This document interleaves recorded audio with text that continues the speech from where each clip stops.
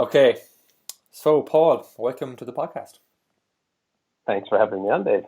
And you said you listened to the first half of the last podcast I recorded, so you probably know what's coming. In 10 seconds or less, what is it that you do? Oh, what I do, this is brilliant because I once had a client. I'm just going to quickly segue. Just part of the 10 seconds. One of my last clients said to me, he's like, "What's your mission?" And I said, this is one of my last one-to-one clients 18 months ago. And I was like, he goes, "Tell me your mission." And I was a bit tongue-tied. And he was like, "You should be able to say your mission straight away in a heartbeat." And I was like, that's a very, very valuable piece of input. My mission is to try and help people get much, much closer to their fitness goals, but absolutely change their relationship with food along the way. I want them to see food very different to what I think the diet industry, the mainstream diet industry, conditions them to think it should be. That's in 10 seconds. A lot longer than 10 seconds, I know. Well, the first core bit was like 6 or 7, I think it was. Perfect. Perfect. Gives people an idea of what we're going to talk about. Exactly. You're over in Vietnam, Paul, aren't you? I am. I have been living here for 9 months. I thought you were going to say I don't know. For a second. No, we came here last summer. My girlfriend literally suggested it to me one day, and I was very open to the idea. So she sought a job, got a teaching job here, and yeah, it looks like we're currently building a life here for the foreseeable future anyway. We'll see. Brilliant. And I first met you back in, I think it was Cardboard City, Ellen Park in Limerick, back in the day. And we met in a coffee shop a few months ago when you were home last, and we were talking about this. But just give people a bit of background info, Paul, to what you were doing then back in college to where things have advanced to now. I don't think either of us would have predicted this 10 years ago, this exact scenario. When I was in college, my parents are, they're still alive, incredible humans, get an education, get a good job, don't make the mistakes we made, don't ignore the opportunities we didn't have. But in college, I studied, quote unquote, loosely, food science and health, but I dropped out after 2 years of failing both years, essentially. So when I dropped out of college, my parents were, again, very supportive. They were very of the opinion that you should be happy, so don't worry too much, that things will work out. So they were able to put me at ease. I still had no idea when I dropped out at 19, or 20, I don't know, what I wanted to do. But I think we probably both benefited from the technological revolution of the last decade. And as that kind of unfolded, I just had an opportunity. I was actually qualified as a personal trainer. I did a personal trainer certification when I dropped out of college in UL.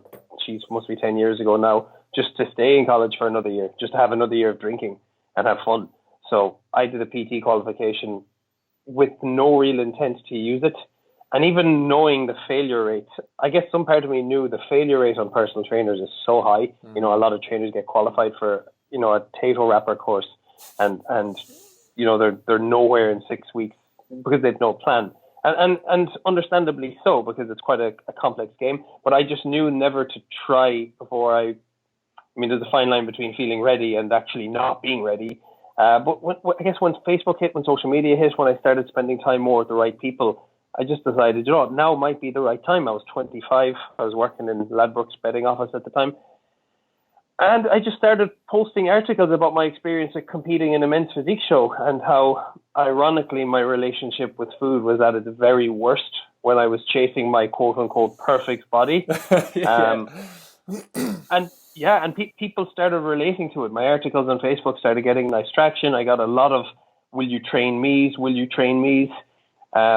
I ended up kind of learning from Brian Keane, who's a Galway-based personal trainer who gave me very much a leg up in the industry. And then I started taking clients. I started taking my first client for free. I'll never forget it. I will never forget this. You talk about one tiny moment, for example, changing a life. I was in my betting office job at the time, and a man walked in. I had kind of gotten to know him. He was placing a bet, and he said to me something like, "I'm turning 30 in 6 months, and all I would love to do is buy a T-shirt off the rack." And I just mentioned, I was like, "Look, I'm hoping to be a personal trainer. I could give you a hand. Maybe you'd give me a testimony if it works." So I started taking him on my lunch break in his house for sessions and trying to help him with nutrition, and the guy lost 50 pounds. So he let me use his before and after. And then from there, my clients number 2 and 3, absolutely true, Dave. The first girl I got lost 60 pounds. And then the first guy I got off the back of it, my first 2 paying clients, lost over 100 pounds. Wow. So the first 3 clients that I had were amazing physical, visual testimonies. And that's kind of how it built from there. I got very fortunate that my first 3 clients were very vocal and very, very visual in their changes. Yeah. And that's how reputation began to build and client interest began to build. And then, I've just kind of worked from there, just trying to chip away. Was a personal trainer in Galway. Decided, I felt I had maxed that out a little bit in terms of the challenge of getting new clients for one-to-one wasn't. I didn't feel it was a challenge anymore, which might sound a little bit, I don't know what word I want to put on it, but I've realized in the last couple of years that it's always the pursuit of meaning rather than the actual goal itself. Mm. So, and I always tell this to clients, I'm sure you'd be the same. You're trying to encourage clients to enjoy the process a bit more, to enjoy the journey a bit more, because they will look back and realize it was the process. So then I just kind of ended up leaving one-to-one, moving to Spain for a year. Was a personal trainer in Spain, did a bit of online there, and then I moved to Vietnam, and I kind of just haven't looked back. I've kind of stopped seeing limitations in life and just seen targets. And I think that is such a really powerful mindset shift. Because the old me, I remember I nearly moved to Spain in 2014 as a waiter for €6 an hour because I was desperate to move to Spain. And something said, don't go, man, that's too little money. You're not going to have a good life over there without the language. It was just nice to do it 4 years on my terms. Mm. And it's a parallel I'm always trying to draw with clients. Stop seeing limitations and start seeing targets and goals. And that's kind of where I'm at in a nutshell. So, I live in Vietnam and that's me. Yeah, brilliant. Yeah, you can really box yourself in though when you're living in your own bubble and you're telling yourself these stories. It's funny how you mentioned the limitations thing, because we, at the moment, given the current situation, obviously for anybody that's watching this back, maybe 3 or 4 months down the line, hopefully we're back to normal by now, but we're during the COVID-19 crisis at the moment, and we've moved our physical gym online for the time being, so we're shooting live workouts, and we have live breakfast chats 3 mornings a week as well with all the team in the Facebook group for our members, for example. And one thing we talked about yesterday was the 2 points you mentioned there. One of them was the limitations we set in ourselves, and the second one was the journey, the process. And I know it's done to death by other personal trainers and quotes online, and every time I see a quote, I just feel like it can't help it. It gets watered down a little bit depending on what kind of way people are using it. But if you keep telling yourself the same thing over and over again, you're probably eventually going to believe it. If you keep looking at this goal you have in your head, but you're not doing the conclusive steps and enjoying those conclusive steps and habits and routines and processes to get there, you're kind of missing the point, because it's like playing a soccer game and the team wants to win. You want to score that goal. But if you don't play the game, how can you expect to win, type thing? But as well, if you don't enjoy that game... Well, it's like when you're a soccer player, you don't look at the scoreboard for the 90 minutes. You try and control what's happening on the pitch the whole time in the hope that the scoreboard changes. We read that same book somewhere now. That's what I was sort of thinking about. I kind of got a bit muddled in my head when I was explaining it. I don't know where I heard that from. I want to say a guy called Naval, but I'm not certain. I heard it years ago. Maybe it was Cristiano Ronaldo. I don't know. No, I definitely read it in the last year in a book. Definitely. Yeah, you can't just look at the scoreboard and expect things to change, type thing, wasn't it? Yeah. Without playing the game. I believe I heard it on a podcast with a guy called Naval, but I'm not actually certain. You learn and you hear so much, it's actually hard to trace. Yeah. But above all, it was looking at this situation as an opportunity rather than, I'm cooped up in a house, I can't do anything. And I was reminding people as well, I was like, the world, people before you, 100 years ago, whatever, have gone through much worse than we have. We have a roof over our heads, we have all the food that we need, we've fucking super fast Wi-Fi. What more could you want, So if you're taking a negative view on this, you've probably already lost. You need to probably take stock of yourself and realise what you do have so you can move forward from here and see the opportunities in it. It's an opportunity to look at your current dietary patterns. It's an opportunity to try home workouts, even though we're probably not a fan of home. I personally just don't. I don't do them because I have a gym, number one, but I just don't. I never really did them as much. But given the current situation, I've already got into a routine with doing workouts with bodyweight bands, school bag full of books when I didn't collect the stuff from the gym, because I was trying to challenge myself as well. Right, what can I do here? We're doing all this for our clients, so what can I come up with at home for myself? And even last night, I got my old rig, set it up in the back of the house. I'm fairly sorted now for the next few weeks, but that's besides the point. I'm still going to keep some bodyweight stuff in there and whatnot. You saw it. Oh, that is interesting. Yeah. But yeah, no, look, at those points really hit home, Paul. That as I said, we were only talking about those yesterday with our clients, and the opportunity was one, and the second one, the habits, the processes, because it's the same at motivation. People are like, oh, I'm not feeling motivated today. It's been a hard start to the week. And every time we hear that through our clients, we like to remind them, like, you cannot rely on motivation. You can't just be expecting to watch a YouTube video every day, get fired up and go do a workout. Life does not work like that. Motivation is going to be up and down based on external factors you probably can't control and based on factors you can control, but you're still going to be stressed because of those things. And your motivation is going to wane because of that. If you had shitty sleep, etc., etc. So that's where it comes back to the processes, the habits, the routines you've built to date, so you still follow through in them no matter how you're feeling. And even a small mindset shift, like when I, for example, and I only ever say these stories to create framework or context. I never say them to clients to create a well, I do this, so you should too scenario. But if I take up a new goal or a new habit, a really powerful and very small thing I tell myself is there's no point taking on this habit and then deciding to be miserable. I need to take on this new habit and decide what's the next most practical, smallest, but noticeable change I'm willing to make, and then find ways to make that interesting and exciting. Like if I was starting a new diet, and my philosophy would be, I was only reading back on one of my first posts from 2015 the other day, and I'm still spouting the same message, which is kind of cool. It's, if you're never on a diet, you're never going to be off a diet. So if I decide to tighten up my nutrition, there's no point in deciding to suffer, in my opinion. If I've recently taken up a language, and I don't love studying by nature, but there's no point deciding to suffer. You have to find, in my opinion, the next possible step you're willing to do that you could do for the long run. And I even just think that small mindset shift of thinking, okay, here's a change I'm willing to make.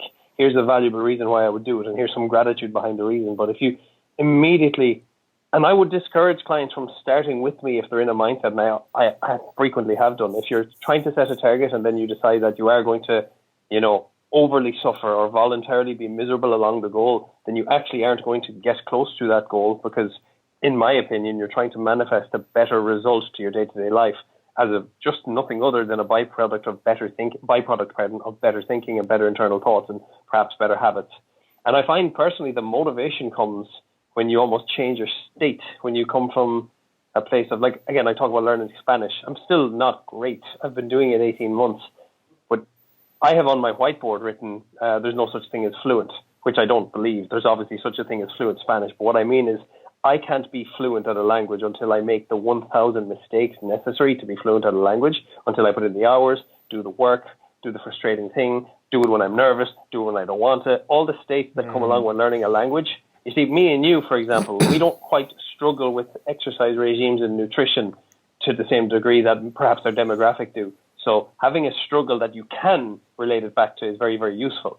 So I kind of encourage my clients, like, there's no outcome, there's no in shape. There's just the next steps you make so that you're kind of feeling good about yourself for the next 70 years.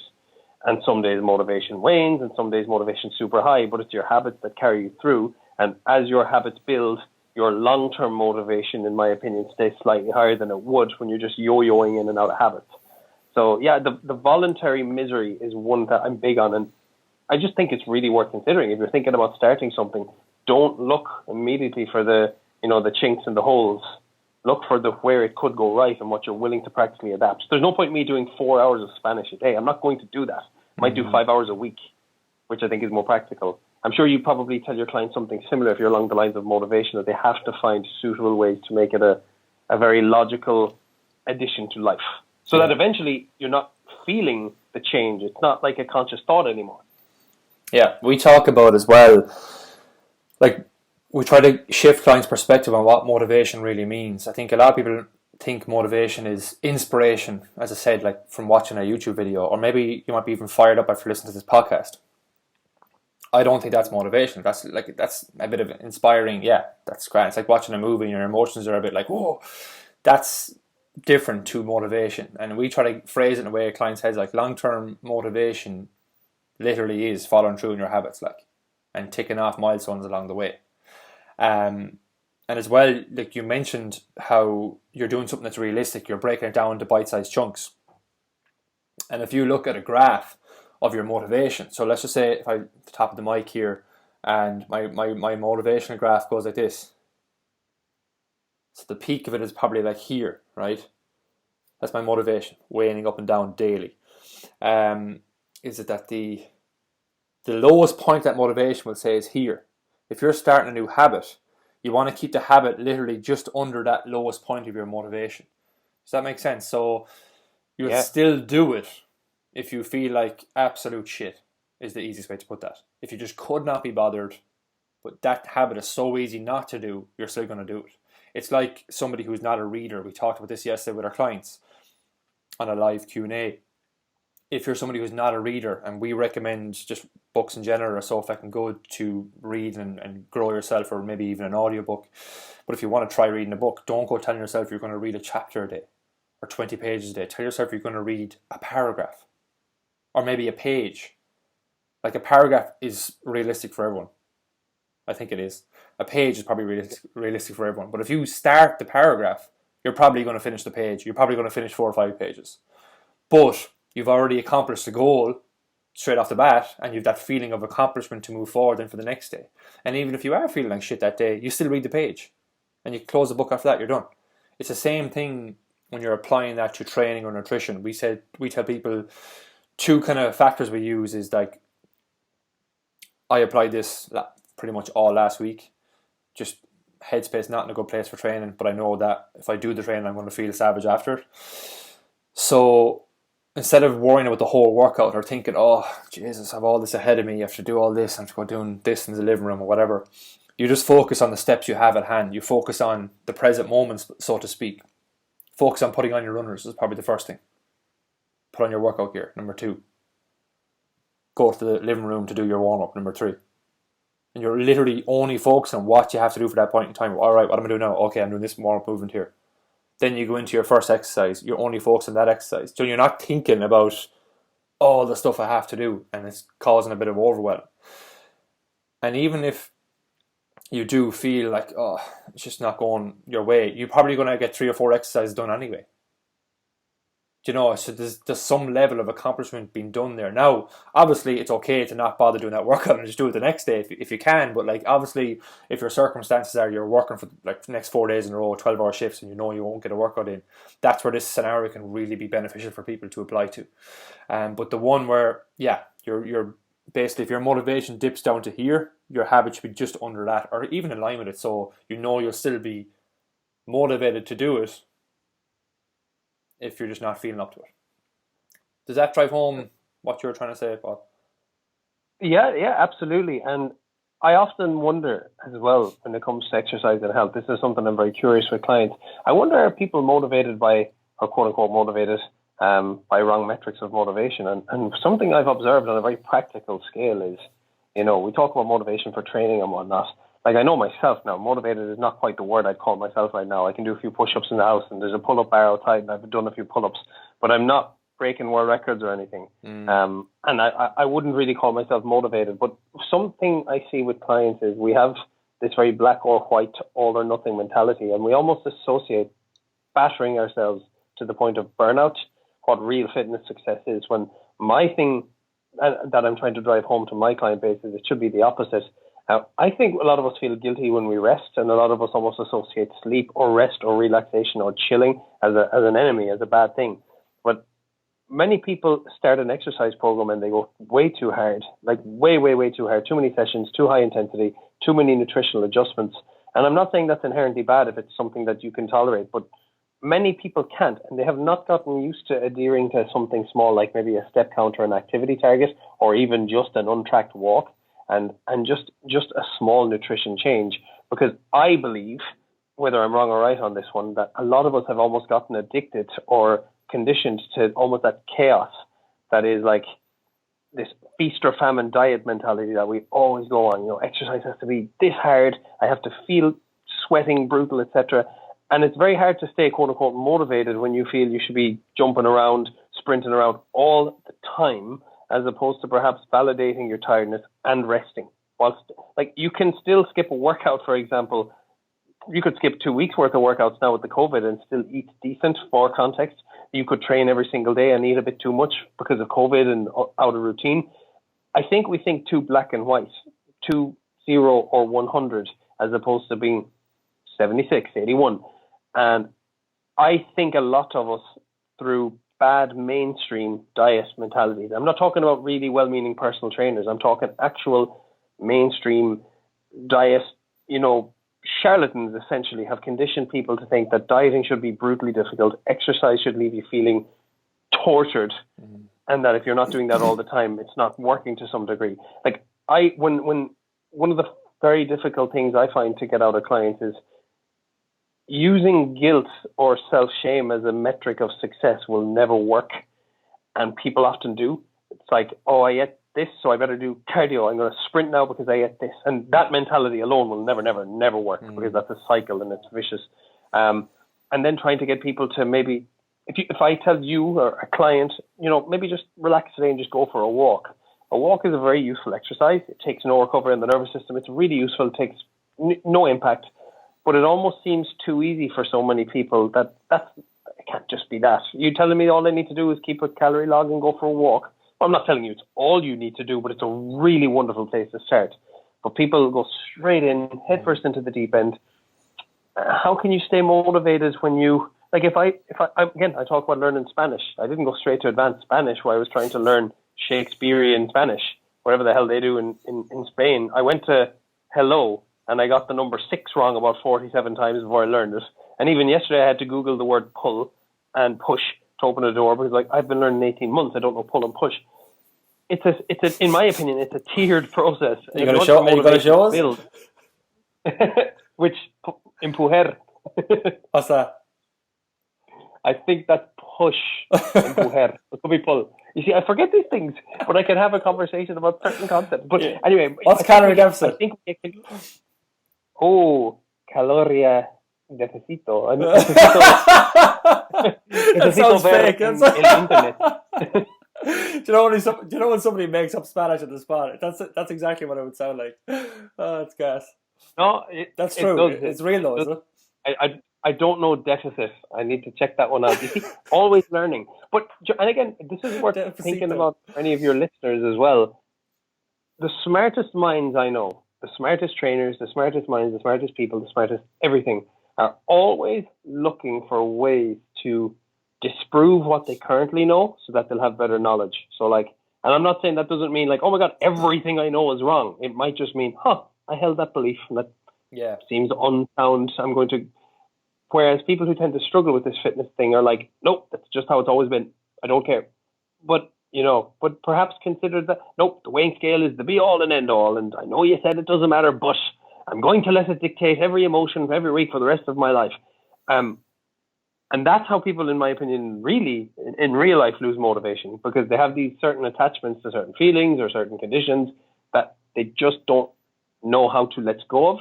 And I feel personally, as a trainer, it's my job to actually challenge a lot of these perceptions. It's quite simple. If you get someone into a gym, put a dumbbell in hand, eat a certain way, the actual science of it is quite straightforward. Yeah. It's the art in action that gets a bit more tricky when you're dealing with human beings. Mm-hmm.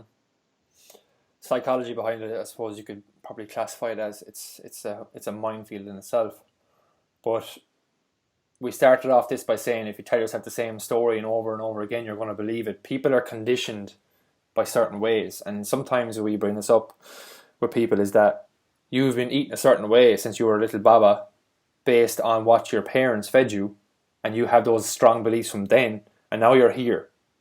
Like what has come before you? And people never think about that. Like, And when we get them to think about that, we're like, right, what you've been doing today, like, have you ever questioned it? Have you ever realized that it mightn't be the best way of having your diet kind of set up roughly, like?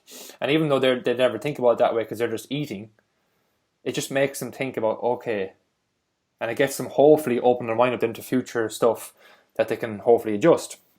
Like we've one guy currently, no names, Dave, I don't eat green veg.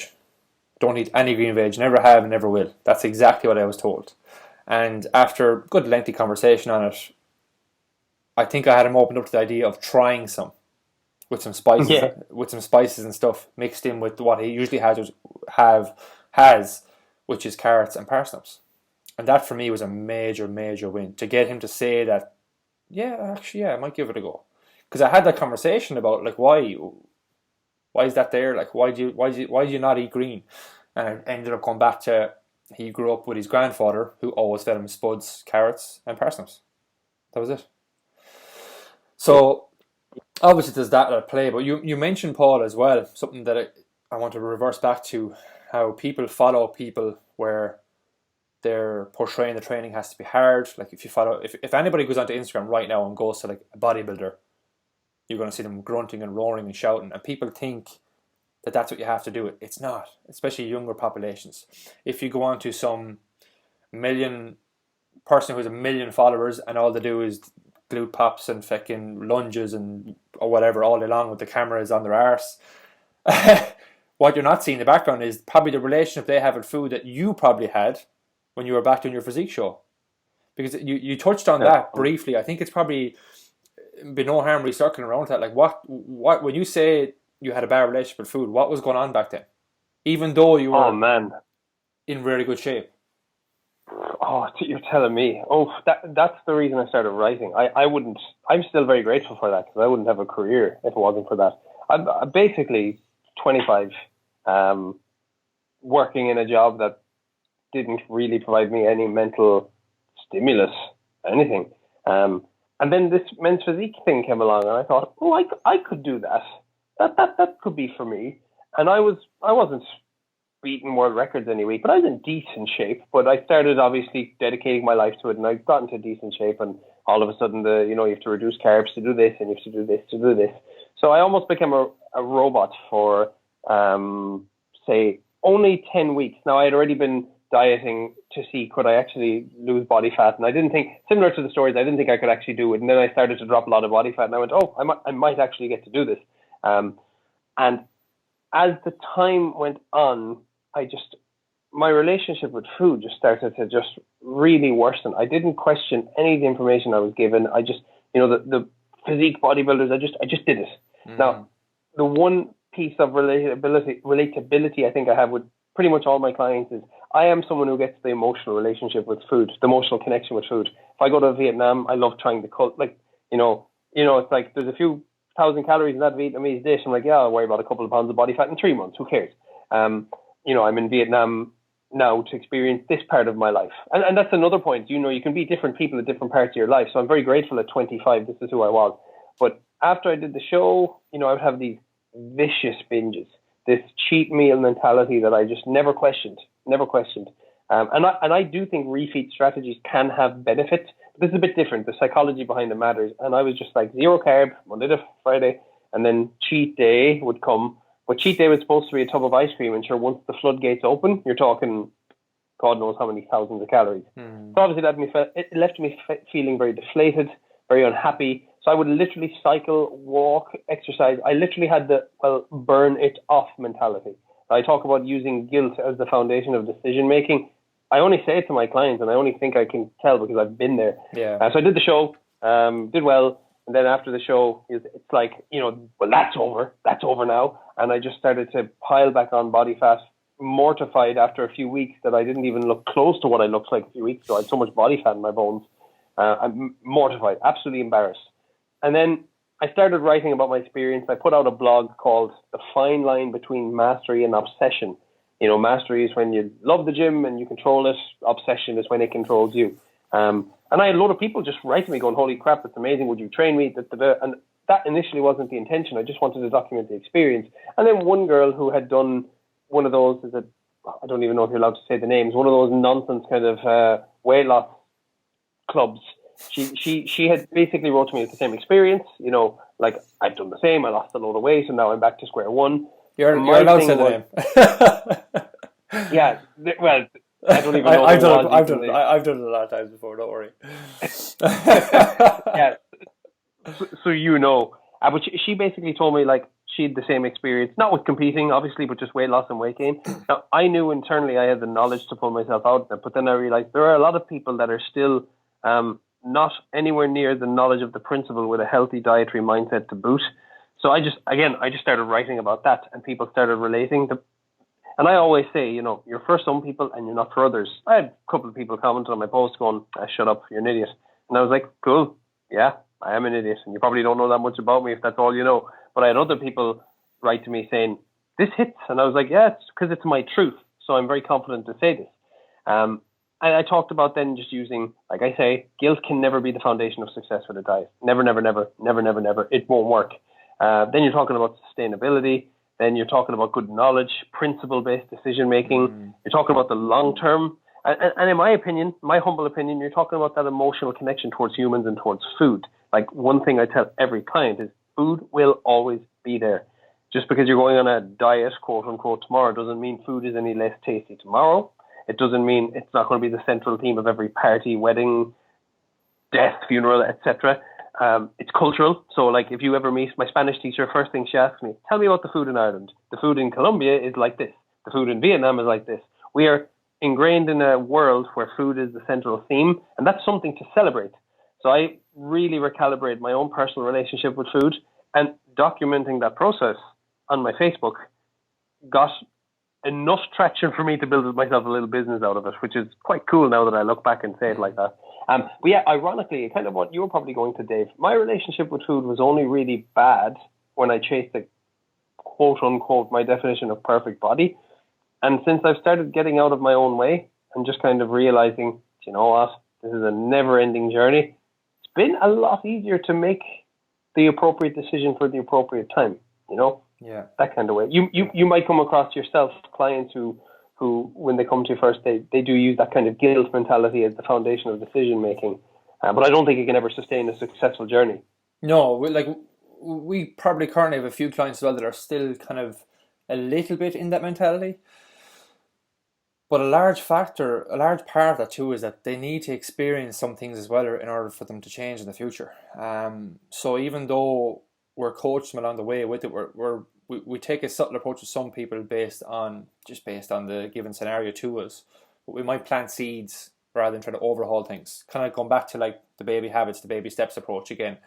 And eventually when they build their knowledge and even listen to podcasts like this, even though they are a client of ours, do you know, just because somebody is your client doesn't mean that they know all the knowledge that you have. Do you know what I mean? Because you have to coach them on that and they have to educate themselves in that and want to be open to that education as well.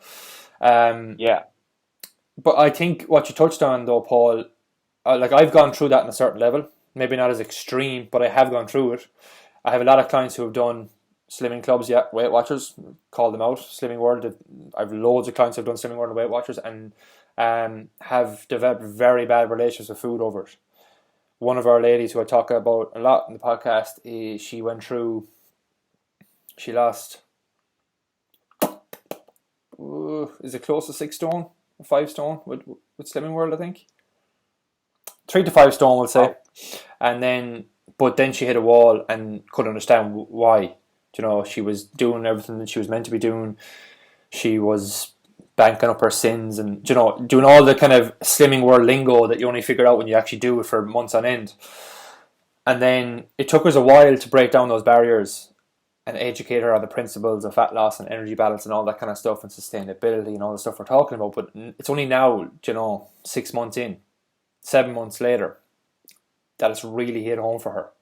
And now she's actually just kind of living her life, you know, and eating food according to making sure she's healthy, nutritious, and if she wants to be in a fat loss phase, she knows she needs to create a deficit. If she doesn't want, she knows she's to eat roughly at maintenance. Does she have to track it?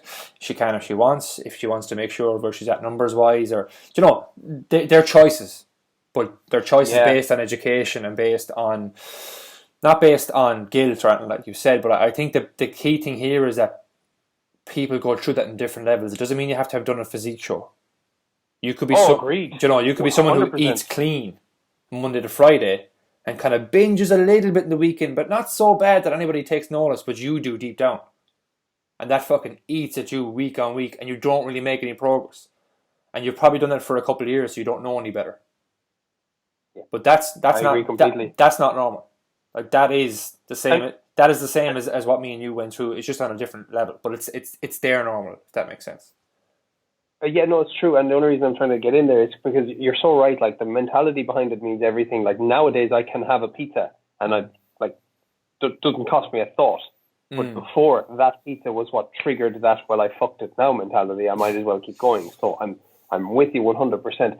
You said something about points and sins there. I said this on Brian Keane's podcast before, and I had one girl message me saying, we actually get on great now. Like we have a bit of banter in DMs, but she was a bit annoyed at me initially. I made a joke just saying, how can you refuse to just understand calories instead and go for points and sins? It's a tiny bit like asking for, 250 points or sins of petrol when the rest of the world is using kilometers and you kind of need to pay in kilometers, but you're refusing to do that and just, I like 200 sins of petrol, please. What? Yeah. That makes no sense. No, one person, we have a bit of banter now, but like you say, if you would take the couple of months needed to just that little bit of empowerment and education, you begin then to, like, if you look at your calorie number on MyFitnessPal, if that's the route you decide to go down, like you say, if you decide to track and you see 2,000 calories, all of a sudden you do realize that food isn't inherently good or bad or fattening or slimming. It's quantitative. Pizza is a high calorie food. Vegetables are a low calorie food. What's appropriate for the given time? You kind of touched on this in terms of everyone has their own idea of what that binge mentality is. I completely agree. Sometimes you might overhaul your diet, and instead of going, shit, right, I keep fucking my diet, I need a new one. Maybe you might just go, right, my diet is clearly too shit, otherwise I wouldn't need to break it. Maybe I'm a bit shy of a few fruits and veg. Maybe I could do it a bit of protein. Maybe there's a few too many calories. Maybe I could have a couple of takeaways less per week. All of a sudden, you've just changed the principles of your diet without actually changing technically any individual food. And you're creating this empowering mindset about it along the way. And then everything builds from that. Like you exactly said about your client, where if she wants to lose weight, she can do a deficit. If she doesn't have to. She can track if she wants. That's real empowerment, because you're actually handing the control back to the person who really needs it. And it changed my life when I got it. And it changes clients' lives when they get it, as I'm sure you know. Like, for a lot of our clients, when they get to that stage, they look at us just for accountability and for community, enjoyment, and they like to have no guesswork with their training as well. Even though a lot come for the nutrition, they stay because they just love the process of it. And we work really, really hard to create that culture and community. Whether our client is online or physically in the gym, we try to bring it together as much as we can. But that's what we want for everyone. We want our clients not to need us. That's not a lie. Like that's what we do. Most of our clients. I've noticed that as I've noticed that as a common trend with a lot of the trainers who have the best intentions. It's kind of like, stay. You're welcome to stay, but I want you to not need me. Yeah, and I can think of some of my online guys now. They don't need me, but they absolutely just love the whole process of what we do, but that's what people should be aiming for. Your diet should not be taken over every thought every week throughout the whole year. I actually talked about this a few weeks back with our clients as well. We had a nutritional seminar, and one of the first things I laid in with it, I was like, guys, just because you're trying to lose fat, or maybe you want to lose a bit more, maybe if it's 10 kilos or 10 pounds or whatever, fat loss does not happen year round. You should not be thinking that you're trying to be on a diet every single day, every single week of the year. And we just talked about principles again. We brought it back to the basics of how we lose weight, how we maintain it, how we gain it, and how we can set it up in a phasing approach. But that's going way off topic now for this podcast. But again, education, empowerment, so they can make their own choices and decisions. And Paul, even though we were supposed to be kind of getting into like adapting to the current situation and maybe some home workout stuff, I think what we've just talked about there is super valuable. But can you sum up what we just went through?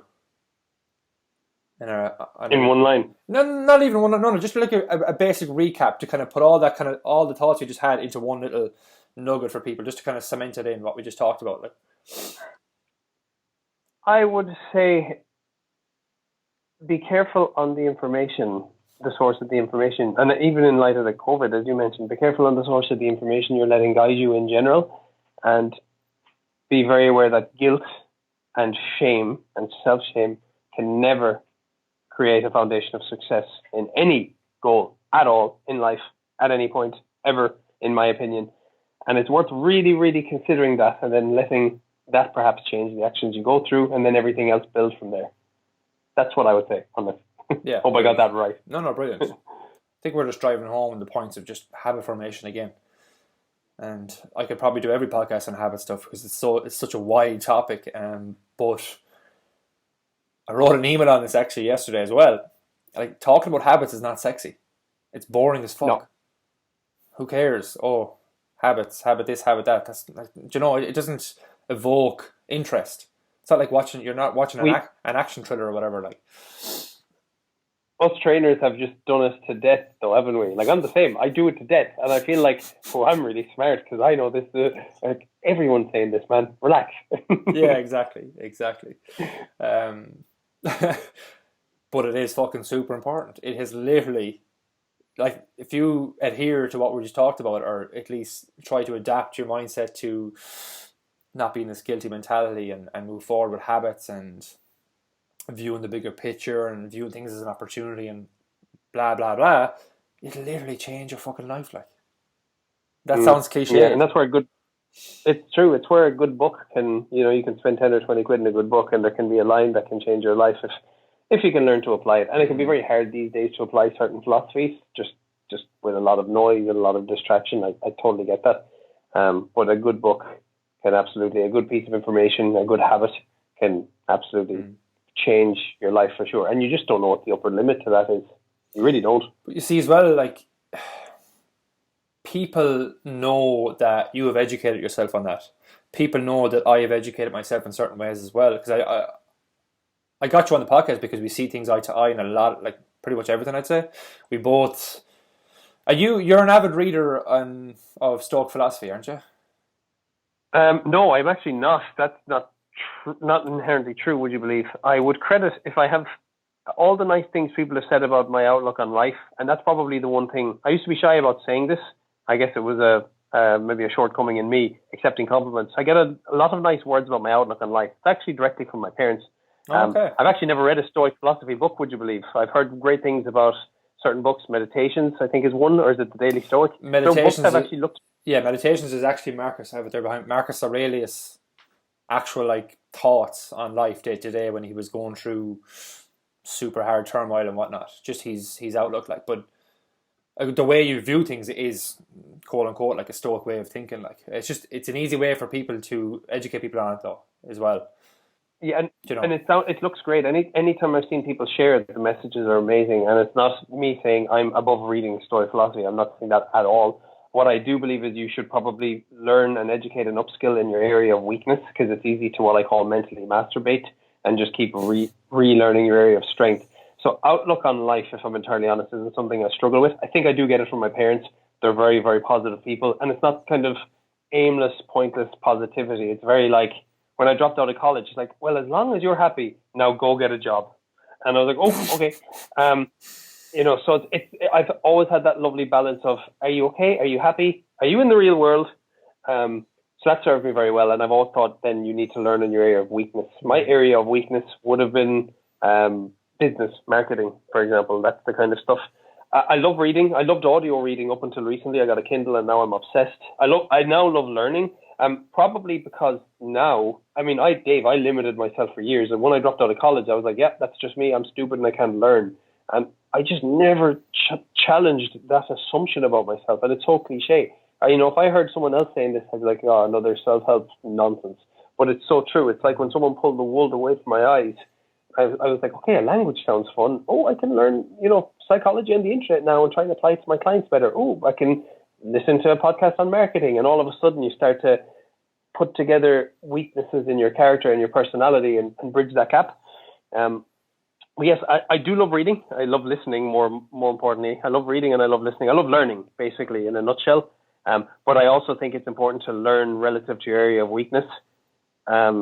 And that's a bit of a contradiction, because you don't want to go constantly dwelling on your weaknesses and being afraid to act. But there's just no point me going reading a book on gratitude when I don't feel it's something I actively struggle with, when I'd be much better off to be like, being a better marketer could actually suit me. Yeah.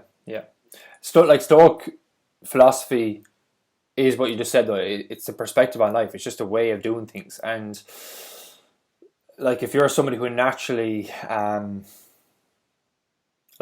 take the given situation, for example.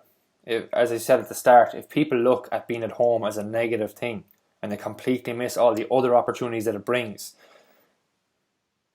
that's what we're talking about here. That's it's having that perspective to see the good in the shit type thing. And even all we're doing now is staying at home. I agree. What's the big deal? I agree. Obviously, yes, I understand families who might be under financial stress. That's different. But beyond that, there's opportunities in every scenario. If you tried out a job and you fail miserably at it, now you know that either job is either not for you, or you can get better for the future. It's having that mentality to view things that way, and you can apply that to your training and your diet. I agree with you. I do. And I mean, I've actually had some people, I've talked to some people, for example, who are suffering very hard financial times now. So with that aside, the financial difficulty, I'm with you. And I think this is a good chance for us to calibrate a lot of our perspective on life. For example, a lot of us think we would love to work from home, and then, we perhaps lose the routine of a job, and then all of a sudden the motivation to work from home when you can stay in bed is just not as sexy as you thought it was. A lot of us think, I have to go to the gym today. Oh, screw the gym, fuck that. And then the gym gets taken away, and it's like, I wish I could go to the gym. And it's like, that's not inherently true, because when you had it, you didn't want to go. And this is not me making light of any situation, but it's just going to be a really nice time, in my opinion, to calibrate perspectives after this all ends and think, what do I want my normal day-to-day to be? What do I want my routine to be? What am I willing to suffer for or struggle for? What would be meaningful in my life? What would be, because this is going to be very difficult for all of us. It's difficult for me and you in certain ways. It's difficult for other people in certain ways. So then when it all ends and we're back to living a very comfortable first world existence, putting yourself in almost like a voluntary suffering position where you have something worth pushing uphill is going to be very useful. And then having a perspective to complement that, in my opinion, because I do think a lot of us, I think being present is the ultimate difficulty, but I think being present is the moment when you realize that everything is as it is. I don't know if being present is that moment that you just accept reality as it is, in my opinion. You just accept it radically as it is. It's not, I wish I was here, or I shouldn't have done that. It's just, this is exactly what it is. This is how it is. And I think when you, and being present is such a contradiction, because then you're thinking, okay, what will I have for dinner? What's next? But the moment, in my opinion, you can get that to that moment where you just take even a couple of moments a day to be present and accept reality as it is. That's then how you create, in my opinion, meaningful, long-lasting change. And it's not easy. My head gets sidetracked and distracted all the time, but I feel I'm good at pulling myself back into the present moment. It's probably why I'm never going to be some crazy, super, mega successful businessman. I love chilling out, relaxing, and being super present and chill way too much to be for that level of stress. And when this all ends, if we can calibrate our perspective and just see that, stop getting offended by things, stop wasting your time wishing for things. Like, desire is just a contract we make with ourselves to remain miserable for good, really. And I think there's going to be so much good that come out of this if we come out of it the right way. I mean, and I'm not taking light of people's financial situations or the disease itself, but yeah, of course, life happens. And I said it on an email the other day, and I was just like, I guess I missed that part in life where someone told me it was supposed to be fair. I just don't think life is fair. Brilliant. I suppose I better just mention that, we're not people under financial stress with families and everything else, and people who are working the front line. Like, my wife is a nurse. I know firsthand the seriousness and the difficulties and just the rawness of the whole situation. It's absolutely brutal, to be honest. I think people who are sheltered from that, or don't have people that are going to be affected by this in any shape or form, you'll never know. You'll never, ever, ever know what that means. So just for anybody who might be listening, who maybe even has family members that are affected by COVID-19, this is not just brushing past that fact. This is just kind of everything else that you can control, because you can't control the fact that you're told to stay at home. You can't control that, but you can control what you do in the home and everything else beyond that. So you control the controllables, so to speak.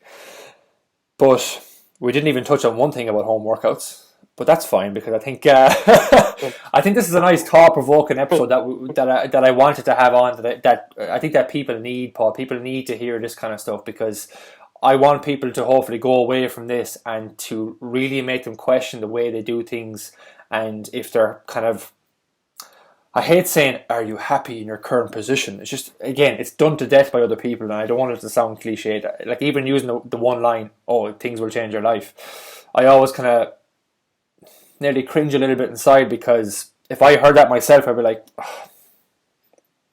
Do you know, sometimes it's hard based on who is saying it, but we're basing things off first-hand experience. We're coaching hundreds of clients. We're in the thousands of clients now at this stage, nearly 8 years, 7 years in. Evidence-based, and kind of what works as well, based on different scenarios. There's principles behind everything, really, and then it's adapting those to the clients. But I hope for the listeners, I hope you're listening right now, wherever you are, walking, if you're sitting on the couch with COVID-19, I hope there's some thought-provoking stuff here to drive home for you. And Paul, are you? I have tried to stay almost tight-lipped on COVID-19 too, because you don't want to piss people off. Yeah. In simple English. Well, we might have already done that. That trainer. Yeah, well, that's true. I mean, yeah. I'm sure it pissed people off in a number of ways, but it's just me being me. But jokes aside, I know people are really struggling as well, and I just feel I need to almost say this. I know a lot of people are struggling with very anxious thoughts and very, very heavy minds, and that is something I never want to downplay. So partly because, like you said, I'll never know what it's like to be in an NHS. I won't know what it's like to be a nurse. I'm hoping to God I won't know what it's like to know anybody personally who died from the disease or who has been badly affected physically from it. So it's easy for me to sit here from my nice little apartment in Vietnam, 30-degree heat, and like, oh, let's all be happy in 7 months. It's very easy to say that, and that's not the mentality I'm thinking at all. But I just believe if you shot both my legs off me, I think I would manage to be grateful for having two arms. So it's always where my mind will go immediately. No, that's true, though. Yeah, and I that's all I'm trying to just, as a species, I nearly think there's a lot we could learn from this hardship, where we all have the common enemy being one thing, as opposed to this war being against each other. Our war is that we all need to pull together. Yeah. So it's just important for me to say that, because you don't want to be that patronizing git of a personal trainer who's like, everything will be fine, life is good, when it's very, very difficult for so many people in the world right now. Yeah.